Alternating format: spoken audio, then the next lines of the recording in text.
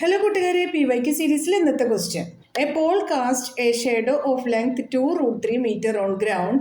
When the sun's elevation is 60 degree, find the height of the pole.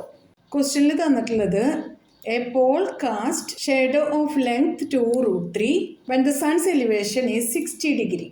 Triangle ABC.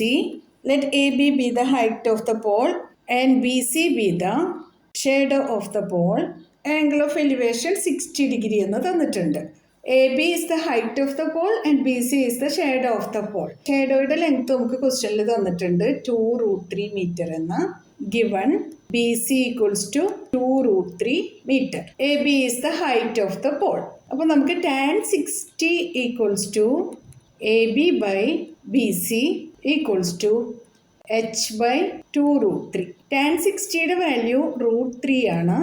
√3 equals to H by 2√3. Cross multiplication ചെയ്യാം. H equals to √3 into 2√3 equals to 2 into √3 into √3 is 3 equals to 6 meter. Therefore, height of the pole equals to 6 meter. മനസ്സിലായല്ലോ? PYQ സീരീസിൽ അടുത്ത question ആയിട്ട് നമുക്ക് നാളെ കാണാം. നിങ്ങൾക്ക് ഈ വീഡിയോ ഉപകാരപ്പെട്ടു എന്ന് തോന്നിയാൽ നിങ്ങളുടെ ഫ്രണ്ട്സിനൊക്കെ ഒന്ന് ഷെയർ ചെയ്ത് കൊടുക്കണം. ലൈക്ക് ചെയ്യാനും സബ്സ്ക്രൈബ് ചെയ്യാനും മറക്കരുതേ. എന്നാൽ ശരി കൂട്ടുകാരെ, താങ്ക് യു, ബൈ ബൈ.